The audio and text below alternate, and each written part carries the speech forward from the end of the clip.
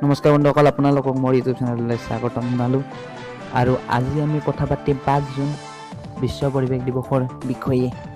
বৰ্তমান সময়ত গোলকীয় উষ্ণতা বৃদ্ধিৰ লগে লগে বিশ্ব পৰিৱেশ দিৱসৰ প্ৰাসংগিকতা বৃদ্ধি পাইছে আৰু গছ গছনিও নোহোৱা হৈছে। বলক ভিডিঅ'টো আৰম্ভ কৰোঁ। চন 1972 5 জুনৰ পৰা 16 জুনলৈ বিশ্ব পৰিৱেশ দিৱসৰ বিশ্ব পৰিৱেশ সন্মিলনখন অনুষ্ঠিত হৈছিল। আৰু এইখন অনুষ্ঠিত হোৱাত ইয়াৰ সদস্য আছিল 119খন দেশ আৰু সকলো দেশৰ সন্মতি মৰ্মে বিশ্ব পৰিৱেশ দিৱস নামৰ এই সংস্থাটোৰ জন্ম কৰিছিল। আৰু 5 জুন 1973 চনত প্ৰথমবাৰৰ বাবে বিশ্ব পৰিৱেশ দিৱস অনুষ্ঠিত কৰা হৈছিল। পৰিৱেশ দিৱস প্ৰত্যেক বছৰৰ 5 জুন তাৰিখে সমগ্ৰ বিশ্বতে পালন কৰা হয়। এই দিনটোত জনসাধাৰণক পৰিৱেশৰ প্ৰতি সচেতন কৰিবলৈ হ'বলৈ পালন কৰা হয়। এই দিনটো গছ গছনি ৰোৱা হয় আৰু এই দিনটোত স্কুল কলেজ আদিত বৃক্ষৰোপণ কাৰ্যসূচী ৰখা হয়।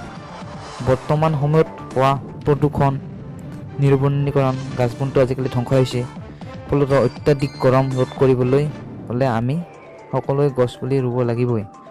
অকল এটা দিন গছপুলি ৰুলে নহ'ব।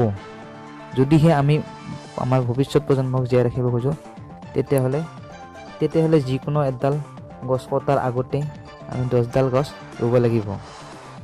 নহ'লে আৰু কেইবছৰমান পিছত সাগৰ পৃষ্ঠৰ পানী বৃদ্ধি পাই বহু ডাঙৰ ডাঙৰ সাগৰৰ পাৰৰ চহৰবোৰ ডুব নিয়াব, যিহেতু গৰম বঢ়াৰ লগে লগে বৰফবোৰ গলিবলৈ আৰম্ভ কৰিব।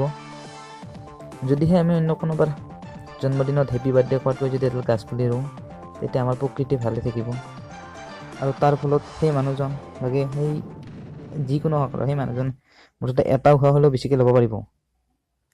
আৰু যদিহে ভিডিঅ'টো ভাল লাগে তেনেহ'লে লাইক কৰিব, শ্বেয়াৰ কৰা নকৰাটো নকওঁ, ছাবস্ক্ৰাইব কৰি দিব চাইডত।